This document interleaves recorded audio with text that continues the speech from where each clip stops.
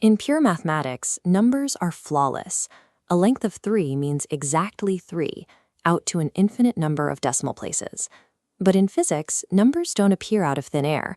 They are pulled from the real world using physical measuring tools, and every physical tool has a physical limit. Zoom in close enough to any ruler, scale, or caliper, and you will find jagged edges and mechanical tolerances that make absolute perfection impossible. Because physical objects are naturally fuzzy at the microscopic level, treating a measured quantity like a perfectly exact math number is scientifically dishonest. A physical measurement is never a single, infinitely sharp point on a number line. It is always a bounded interval. We call the width of that interval uncertainty. It is the formal vocabulary physicists use to quantify exactly how blurry a measurement actually is. When you take that fuzzy measurement and plug it into an equation, the blurriness doesn't disappear. That uncertainty travels right alongside the base numbers, propagating through every step of the math. Let's calculate the area of this rectangular sheet based on two physical measurements taken with a standard meter scale. We measure the length as 16.2 centimeters. Because our scale is only precise to the nearest millimeter, we write the input as 16.2 plus or minus 0.1 centimeters. Mathematically, that translates to a relative percentage error of 0.6%. Next, we measure the breadth as 10.1 centimeters. It carries the exact same 0.1 centimeter mechanical limit. But because the base number is smaller, that identical physical limit now represents a relative error of exactly 1%. If we ignore reality and blindly multiply the base numbers together, we get a raw area of 163.62 square centimeters. That level of decimal precision is completely misleading. To find the true boundary of our final answer, we apply the combination of errors rule. For multiplication, we add the relative percentage errors of our inputs together. 0.6% plus 1% means our final area has an uncertainty of 1.6%. 1.6% of 163.62 is roughly 2.6. Applying our significant figure rules, we round the area up to 164, with an absolute uncertainty of plus or minus 3 square centimeters. The final output can never outsmart the physical limits of the tools that gave us the inputs.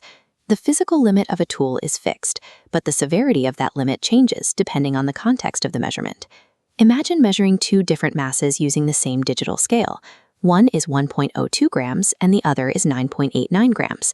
The scale has an absolute uncertainty of plus or minus 0.01 grams for both.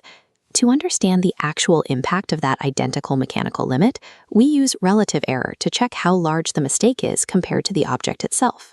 For the lighter mass, an error of 0.01 grams on a 1.02 gram object calculates out to a relative error of roughly 1%.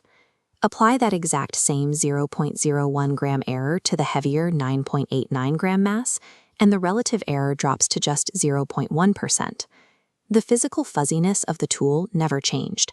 The scale of the target dictated how much that fuzziness actually mattered. These rules handle a single calculation cleanly, but physics problems require chaining multiple equations together in long sequences. Look at this flowchart. If you apply strict significant figure rounding at the end of every individual step, you introduce an artificial limit entirely on your own.